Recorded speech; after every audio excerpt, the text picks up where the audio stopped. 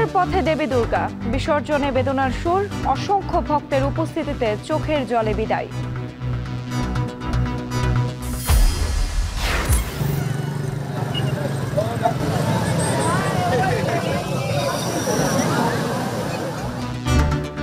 বৈরী আবহাওয়া উপেক্ষা করে কক্সবাজার কুয়াকাটায় পর্যটকের ঢল। 4 দিনের ছুটিতে কয়েকশো কোটি টাকা বাণিজ্যের আশা।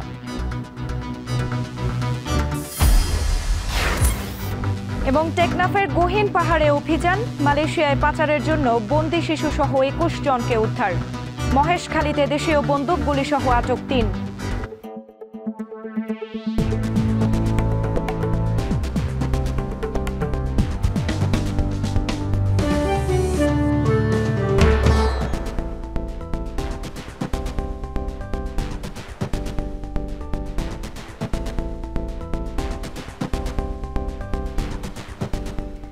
স্বাগত এখন জনপদে। পুরো আয়োজন জুড়ে সঙ্গে আছে আমি সুমাইরা রাত্রি। প্রতিমা বিসর্জনের খবর জানাতে চট্টগ্রামের পতেঙ্গা সমুদ্র সৈকত থেকে যুক্ত হয়েছেন হোসেন জিয়াদ ও কক্সবাজারের লাবণী পয়েন্ট থেকে যুক্ত হয়েছেন মন্তোষ বেদজ্ঞ। প্রথমেই চলে যেতে চাই চট্টগ্রামে জিয়াদের কাছে। জিয়াদ, আজ সব আনুষ্ঠানিকতা শেষ করে প্রতিমা বিসর্জন দিচ্ছেন অনেকেই, এবং ভক্তদের উপস্থিতি কেমন দেখতে পাচ্ছেন এবং সবশেষ কি তথ্য রয়েছে আপনার কাছে জানতে চাই। আমরা একটু গুলজার আহমেদের কাছে যেতে চাই। প্রথমে একটু সিলেটের খবর জানতে চাই। গুলজার, আপনার কাছে যেতে চাই। গুলজার, প্রতিমা বিসর্জনকে কেন্দ্র করে ভক্তদের ভিড় কেমন দেখতে পাচ্ছেন? দেখুন, আসলে প্রতি বছরই যে দুর্গাপূজার যে উৎসবের শেষ যে জায়গাটা হয় সেটা হচ্ছে নগরীর কিনব্রিজ। এই মুহূর্তে নগরীর কিনব্রিজ অর্থাৎ সুরমা নদীর তীরের যে চাঁদনী ঘাট আছে সেখানে প্রতিমা বিসর্জনের যে কার্যক্রম সেটি চলছে।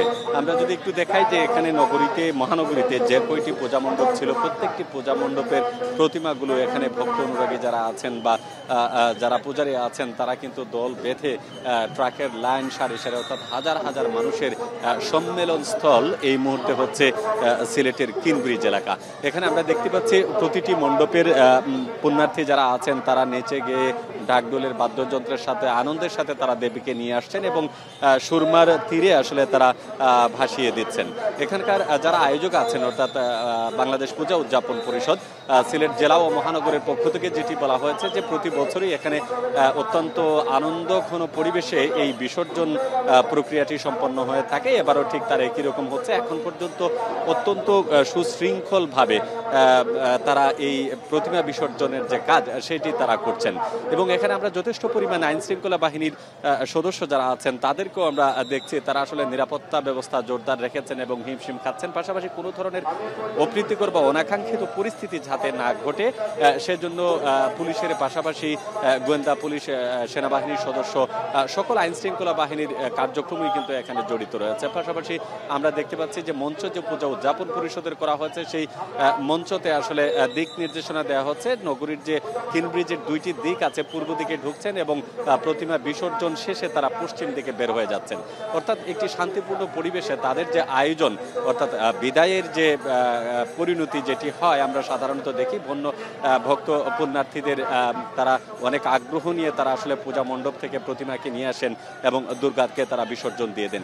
এবার তারা যেটি প্রত্যাশা করছেন যে প্রতিবারের মতো এই যে আয়োজন সিলেটের সব ধরনের মানুষেরই একটা অংশগ্রহণ থাকে, বিশেষ করে সামাজিক সংগঠনের যে সকল নেতৃবৃন্দ আছেন, রাজনৈতিক যে সকল নেতৃবৃন্দ আছেন তারাও কিন্তু এই তাদের বিদায়ের যে উৎসব সেই উৎসবে এসে জমায়েত হচ্ছেন। আমরা দেখতে পেয়েছি যে এখানে পূজা উদযাপন পরিষদের মঞ্চ রয়েছে, সেই মঞ্চ থেকে মূলত বিভিন্ন রাজনৈতিক দলের নেতৃবৃন্দরা শুভেচ্ছা জানাচ্ছেন। পাশাপাশি সনাতন ধর্মাবলম্বী যে সকল নেতৃবৃন্দ আছেন এবং সাধারণ মানুষ তারাও অত্যন্ত আন্তরিকতার সহিত বিষয়টা গ্রহণ করছেন। তো এইখানে এবার সিলেটের যে মহানগরে প্রায় 167টি পূজা মণ্ডপ রয়েছে, সেই পূজা মণ্ডপের প্রতিমাগুলো এখানে বিসর্জন করা হচ্ছে। পাশাপাশি জেলার অন্যান্য এলাকায় অর্থাৎ উপজেলাগুলোতেও একই ব্যবস্থায় আসলে ধরা রাখা হচ্ছে।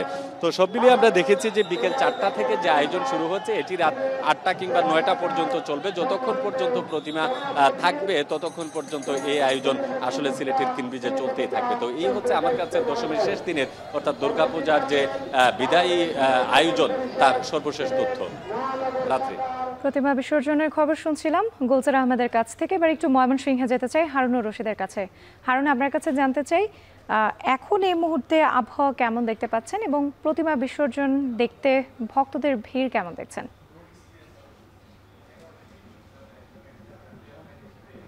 রাত্রি আজকে এই প্রতিমা বিসর্জনের মধ্য দিয়ে শারদীয় দুর্গোৎসবের যে আনন্দ আয়োজন ছিল তার কিন্তু সমাপ্তি ঘটছে। আমরা দেখতে পাচ্ছি যে বিসর্জন ঘাট রয়েছে ময়মনসিংহ নগরীর কাচারি ঘাট। সেই কাচারি ঘাটে এসে ব্রহ্মপুত্র নদে প্রতিমা বিসর্জন হচ্ছে এবং একে একে কিন্তু ময়মনসিংহ নগরীর বিভিন্ন এলাকা থেকে প্রতিমাগুলো এই মণ্ডপ প্রাঙ্গণে আসছে এবং এই যে কাচারি ঘাট প্রাঙ্গণে আসছে প্রতিটি মণ্ডপ থেকে এবং এখানে এসে কিন্তু একে একে বিসর্জন হচ্ছে। এবং আমরা যদি একটু বলি যে এই প্রতিমা বিসর্জনের বিষয়টি শান্তিপূর্ণ এবং সুষ্ঠুভাবে সম্পন্ন করার জন্য কিন্তু প্রশাসনের পক্ষ থেকে ব্যাপক নিরাপত্তা ব্যবস্থা গ্রহণ করা হয়েছে। আমরা দেখতে পাচ্ছি যে সেনাবাহিনীর সদস্যরা কিন্তু এই প্রতিমা ঘাটে বিসর্জন ঘাটে এসেছেন এবং তারা সার্বক্ষণিক নজরদারি রেখেছেন এবং আমরা দেখেছি যে এখানে পুলিশ সদস্যদেরকে আমরা দেখেছি, র্যাব, বিজিবি সহ আইন শৃঙ্খলা বাহিনীর সদস্যরা তারা কিন্তু এই প্রতিমা বিসর্জনের যে বিষয়টি এটি সুন্দরভাবে সুষ্ঠুভাবে সম্পন্ন করার জন্য কিন্তু তারা এখানে এসেছেন। এবং আমরা যদি একটু বলি আজকে এই ময়মনসিংহ নগরীর ঐতিহ্যবাহী মন্দির দুর্গাবাড়ি মন্দিরের প্রতিমা বিসর্জনের মধ্য দিয়ে এই কাচারি ঘাটে ব্রহ্মপুত্র নদে প্রতিমা বিসর্জনের যে কার্যক্রম সেটি শুরু হয়েছে। এরপর থেকে কিন্তু নগরীর বিভিন্ন এলাকা থেকে ভক্তরা নেচে গেয়ে আনন্দ প্রকাশ করে এই বিসর্জন ঘাটে আসছেন, এসে কিন্তু তারা প্রতিমা একে একে প্রতিমা বিসর্জন দিচ্ছেন। এবং আমি যদি একটু বলে রাখি যে এই বৈরী আবহাওয়ার কারণে কিন্তু প্রতিমা বিসর্জন দেওয়ার যে গতি সেটি কিন্তু কিছুটা ধীর হয়েছে এবং আমরা দেখেছি যে আসলে সন্ধ্যার আগ পর্যন্ত কিন্তু ঠিক তেমন প্রতিমা কিন্তু এই ঘাটে আসেনি এবং সন্ধ্যার পর থেকে কিন্তু একে একে বিভিন্ন এলাকা থেকে প্রতিমা বিসর্জন দেওয়ার জন্য সনাতন ধর্মাবলম্বীরা, পূজারীরা, ভক্তরা তারা কিন্তু এখানে আসছেন এবং এসে কিন্তু তারা এখানে তাদের যে প্রতিমা বিসর্জনের যে কার্যক্রম সেটি কিন্তু তারা সম্পন্ন করছেন। আমরা যদি একটু বলে রাখি যে এখন পর্যন্ত শান্তিপূর্ণভাবে এখানে যে প্রতিমা বিসর্জনের যে কার্যক্রম সেটি কিন্তু চলছে এবং এখানে এই বিসর্জন ঘাটে কিন্তু শত শত পুণ্যার্থীর ভিড় জমেছে এবং তারা এটি উপভোগ করছেন। তো এই ছিল আমার কাছে ময়মনসিংহ থেকে সর্বশেষ। প্রতিমা বিসর্জনের খবর জানাতে সিলেট এবং ময়মনসিংহ থেকে যুক্ত ছিলেন সহকর্মীরা। এদিকে সারা দেশেই অঞ্চলে আরতির পূজা অর্চনার মধ্য দিয়ে শেষ হলো বিজয়া দশমীর আনুষ্ঠানিকতা। সকাল থেকে মণ্ডপে মণ্ডপে সিঁদুর খেলায় মাতেন ভক্তরা। বিস্তারিত থাকছে প্রতিবেদনে।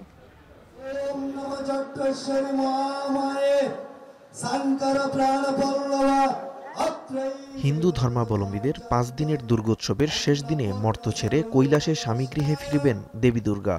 মন্দির ও মণ্ডপে তাই বিদায়ের সুর। প্রাণ ভরে আরাধনায় চলছে ভক্ত অনুরাগীদের ব্যস্ততা। চট্টগ্রামে পূজা অর্চনা, দর্পণ বিসর্জন ও অঞ্জলিতে শুরু হয় বিজয়া দশমীর আনুষ্ঠানিকতা। এরপর সিঁদুর খেলায় মাতেন সবাই। ঢাকঢোল বাদ্যের তালে তালে মুখর হয়ে ওঠে মণ্ডপ। বিসর্জনের বিষাদ ভুলে আনন্দে মাতেন সবাই।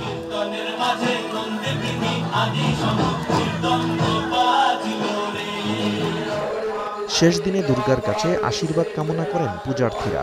অসুর দমন করে দেবী ফিরবেন কৈলাসে। সবার কামনা অন্ধকার দূর করে আলো ছড়িয়ে শান্তি ফিরিয়ে আনবেন দেবী দুর্গা। এবছরের পূজাটা আমাদের জন্য অনেক স্পেশাল হয়েছে। প্রচুর সিকিউরিটি ছিল, হিন্দুদের কোনো ভয় ছিল না। এদিকে সকাল থেকে রাজশাহীর মন্দির মণ্ডপে বেজেছে বিদায়ের সুর। দশমী বিহিত পূজা, আঞ্চলিক দান ও দেবীর চরণে সিন্ধুদানের মধ্য দিয়ে শেষ হয় আনুষ্ঠানিকতা। পরে দেবীর পায়ে সিঁদুর দিয়ে নারীদের সিঁদুর খেলার মধ্য দিয়ে জানানো হয় বিদায়। মণ্ডপে মণ্ডপে বিশেষ আরাধনায় দেশ, জাতি ও বিশ্বের শান্তি কামনা করেন হিন্দু ধর্মাবলম্বীরা। সমাজের সহাবস্থান যেন বজায় থাকে আমাদের, এটি আমাদের প্রত্যাশা। সাম্প্রদায়িক সম্প্রীতির সাথে সবার সাথে শান্তিতে যেন দেশে বসবাস করতে পারে। এবার পূজা অনেক ভালো লেগেছে। পূজায় কোনো বিশৃঙ্খলা বা নাশকতা কোনো সৃষ্টি হয়নি। এছাড়া খুলনায় দেবী দুর্গার বিদায়ে মণ্ডপে মণ্ডপে বাজছে বিদায়ের সুর। বৃষ্টি উপেক্ষা করে সকাল থেকেই খুলনার বিভিন্ন মণ্ডপে ভক্তদের দেখা গেছে। সন্ধ্যার পর বিসর্জনের মধ্য দিয়ে শেষ হবে দুর্গোৎসব। সৈয়দপুরে সকাল থেকে বিভিন্ন আনুষ্ঠানিকতায় শুরু হয় বিজয়া দশমী। ভক্তদের অঞ্জলি প্রদানের পর আনুষ্ঠানিকভাবে বিসর্জন দেয়া হয় দেবী দুর্গাকে। এরপরই শুরু হয় সিঁদুর খেলা। এবছর পূজা ভালোভাবে অনুষ্ঠিত হওয়ায় খুশি সনাতন ধর্মাবলম্বীরা। এই দেশ যেন ভালো থাকে এবং বিশৃঙ্খলা থাকে এবং উশৃঙ্খলা যেন না হয়। সবকিছু কাটিয়ে উঠে আমরা একটা সুখী সমৃদ্ধি দেশ গড়ে তুলতে পারি। সাম্প্রদায়িক যে সম্প্রীতির যে একটা নিদর্শন সেটা কিন্তু আমরা দেখলাম। সবাই আসছেন, হিন্দু মুসলমান সবাই আসছেন, বৌদ্ধ খ্রিস্টান সবাই আসছেন, সবাই আনন্দ করছেন। এছাড়াও সারা দেশে পূজা অর্চনা, দর্পণ বিসর্জন ও অঞ্জলিতে শুরু হয় বিজয়া দশমীর আনুষ্ঠানিকতা। নাজমুস সাকিব সামি, এখন। টানা 4 দিনের ছুটিতে কক্সবাজার ও কুয়াকাটায় উৎসবে মেতেছেন নানা বয়সী মানুষ। সমুদ্রে 3 নম্বর সতর্ক সংকেত উপেক্ষা করে অনেকেই নামছেন সৈকতের লোনা জলে। উৎসবকে কেন্দ্র করে অপ্রীতিকর ঘটনা এড়াতে কাজ করছেন সেনাবাহিনী, র্যাব ও পুলিশ। নিয়োজিত আছেন সৈকতের নিরাপত্তা কর্মীরা। সহকর্মীদের পাঠানো তথ্য ও ছবি নিয়ে দেখুন বিস্তারিত। টানা 4 দিনের ছুটিতে সকাল থেকেই কক্সবাজার সৈকতে লাবণী পয়েন্টে দর্শনার্থীর ঢল। বৈরী আবহাওয়া উপেক্ষা করে সাগরে নামেন নানা বয়সী মানুষ। আনন্দ উচ্ছ্বাসে মেতে ওঠেন সবাই। বৃষ্টিও পড়ছে, আবার এখানে সমুদ্র, আমাদের খুবই ভালো লাগছে। বাট এখন আরো ভালো লাগতেছে, বৃষ্টি পড়ছে, সমুদ্র এত উত্তাল। আমরা ঘুরতে আসছি, বৃষ্টিও, সমুদ্র পাশে, খুব ভালো লাগতেছে। প্রতিমা বিসর্জন ও পর্যটকদের নিরাপত্তা নিশ্চিতে বাড়তি নিরাপত্তা ব্যবস্থা নিয়েছে আইন শৃঙ্খলা বাহিনী। কাজ করছে সেনাবাহিনী, র্যাব সহ পুলিশ সদস্যরা। একইভাবে দুর্গাপূজার ছুটিতে লাখো পর্যটকের মিলন মেলায় পরিণত হয়েছে সাগরকন্যা কুয়াকাটা। আবহাওয়ার সতর্ক সংকেত উপেক্ষা করে অনেকেই নামছেন সাগরে। নিম্নচাপের প্রভাবে ফুসে ওঠা সাগরে লোনা জলে উল্লাসে মেতে ওঠেন সবাই। একটা পরিবেশ হচ্ছে দুর্যোগ মুহূর্তে একটা পরিবেশ, আর একটা পরিবেশ হচ্ছে আপনার যে স্বাভাবিক যে প্রক্রিয়া থাকে তখন একটা পরিবেশ। তো আজকের মুহূর্তটা খুব ভালো লাগছে। প্রাকৃতিক সৌন্দর্য উপভোগ করার জন্য ভয়কে জয় করতে পেরেছি। কুয়াকাটার 2 শতাধিক হোটেল, মোটেল ও রিসোর্টের রুম শতভাগ বুকিং রয়েছে। দুর্গাপূজা ও সাপ্তাহিক ছুটিকে কেন্দ্র করে শত কোটি টাকার বাণিজ্যের প্রত্যাশা ব্যবসায়ীদের। শাদ ইসলাম শামস, এখন।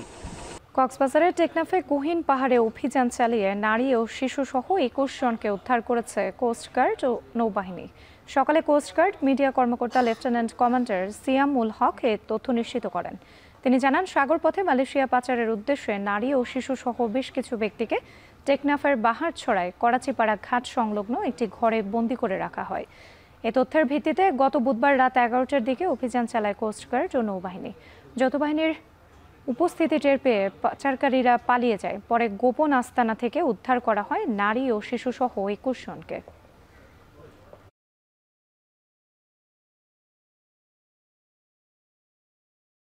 মাদারীপুর 3 আসনে গণসংযোগ ও পথসভা করেছেন বিএনপি থেকে মনোনয়ন প্রত্যাশী অবসরপ্রাপ্ত মেজর রেজাউল করিম। দুপুরে কালকিনি উপজেলা বাজারে প্রথম পথসভা করেন তিনি। এ সময় এলাকার শোষিত ও বঞ্চিত মানুষের ভাগ্য উন্নয়নে কাজ করবেন বলে জানান। এরপর মাদারীপুর 3 আসনের ভুরখাটা, মোস্তফাপুর, মাদারীপুর, খোয়াজপুর, খাসেরহাট, সূর্যমণি ও লক্ষ্মীপুর সহ বেশ কয়েকটি এলাকায় গণসংযোগ করেন। বিভিন্ন হাট বাজারে একাধিক পথসভায় বক্তব্য দেন। বলেন, জনগণের সমর্থন পেলে বিএনপির পক্ষ থেকে নির্বাচন করে জনগণের ভাগ্য উন্নয়নে কাজ করতে চায়। একই সঙ্গে মাদারীপুর 3 আসনকে উন্নত ও সমৃদ্ধ অঞ্চল হিসেবে গড়ে তোলার প্রতিশ্রুতি দেন তিনি। এ সময় স্থানীয় বিএনপির কর্মী, সমর্থক সহ নানা শ্রেণী পেশার মানুষ অংশ নেন এতে।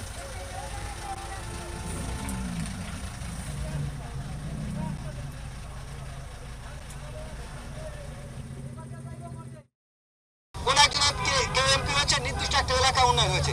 আমার বার্তাটা হচ্ছে, আমি এই পুরো মাদারীপুর 3 আসনে আমি শুধু একদিকে আর্থসামাজিক উন্নয়ন না, নৈতিক উন্নয়ন, তাদের মানবিক উন্নয়ন, আমাদের মন মানসিকতার উন্নয়ন এবং আমাদের মধ্যে জাস্টিস, ন্যায় বিচার, এটা আমি প্রতিষ্ঠা করতে চাই। এখানে কোনো প্রকার জুলুম, চাঁদাবাজি, ভয়ভীতি, এটা দূর করা সবচেয়ে জরুরি।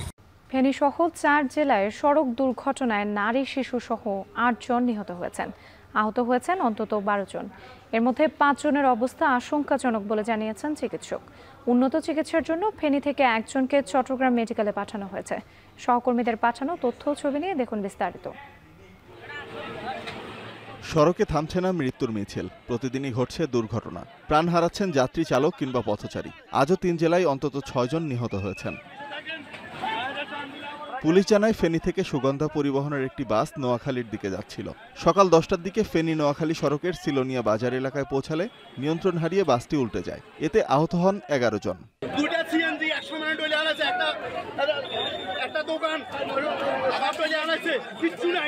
এবং বেপরোয়া গতি ছিল। আর পাশাপাশি যে বৃষ্টির দিন সে প্রথমে ওই যে গাড়িটি নিয়ন্ত্রণ করতে পারে নাই, ব্রেক করে নিয়ন্ত্রণ করতে পারে নাই, পরে ব্রিজের রিলিংয়ের সাথে বাড়ি খেয়ে বিদ্যুতের খুঁটিকে যাই আঘাত করে। পরবর্তীতে পিছন দিক থেকে আসা আরেকটা ওই যে ছোট মিনি কাভার্ড ভ্যান সেটাও গতি নিয়ন্ত্রণ করতে না পেরে ওই যে এর সাথে সুগন্ধা গাড়ির সাথে বাড়ি খায়। খবর পেয়ে তাদের উদ্ধার করে ফেনী জেনারেল হাসপাতালে ভর্তি করে পুলিশ ও ফায়ার সার্ভিসের কর্মীরা। এ সময় 2 নারী সহ 3 জনকে মৃত ঘোষণা করে চিকিৎসক। 11 জন রোগী আসছে, তার মধ্যে 3 জন স্পট ডেড, 2 জনের পরিচয় পাওয়া গেছে, 1 জনের পরিচয় নেই। আর বাকি 8 জনের মধ্যে হেভি পেশেন্ট আছে, ফ্র্যাকচারের পেশেন্ট আছে। এর মধ্যে আমরা 7 জন রোগীকে হাসপাতালে ভর্তি রাখছি এবং 1 জন রোগীকে রেফার করে দিয়েছি। এর আগে নারায়ণগঞ্জের কাঁচপুর ব্রিজে সড়ক দুর্ঘটনায় 2 জন নিহত হন। পুলিশ জানান বিকল হওয়া একটি ট্রাক উদ্ধারের চেষ্টা করছিল অন্য একটি ট্রাকের চালক। এক পর্যায়ে সড়ক পারাপারের সময় অন্য একটি পরিবহন চাপা দিলে 2 জন নিহত হন। খবর পেয়ে মরদেহ উদ্ধার করে মর্গে পাঠায় পুলিশ। অন্যদিকে পাবনার ঈশ্বরদীতে 2টি ট্রাকের মুখোমুখি সংঘর্ষে চালক নিহত হয়েছেন। আহত হয়েছেন আরও অন্তত 3 জন। এছাড়া ঝিনাইদহে বাস চাপায় শিশুসহ আরও 2 জন নিহত হয়েছেন। শোভন মাহমুদ খান, এখন। শেষ করছি এখন জনপদে। এখন টেলিভিশন ওয়েবসাইটে দেখতে ভিজিট করুন www.ekon.tv। এছাড়া ফেসবুকে দেখতে ভিজিট করুন facebook.com/tv.ekon এবং ইউটিউবে এখন টেলিভিশন দেখতে ভিজিট করুন youtube.com/c/ekontv।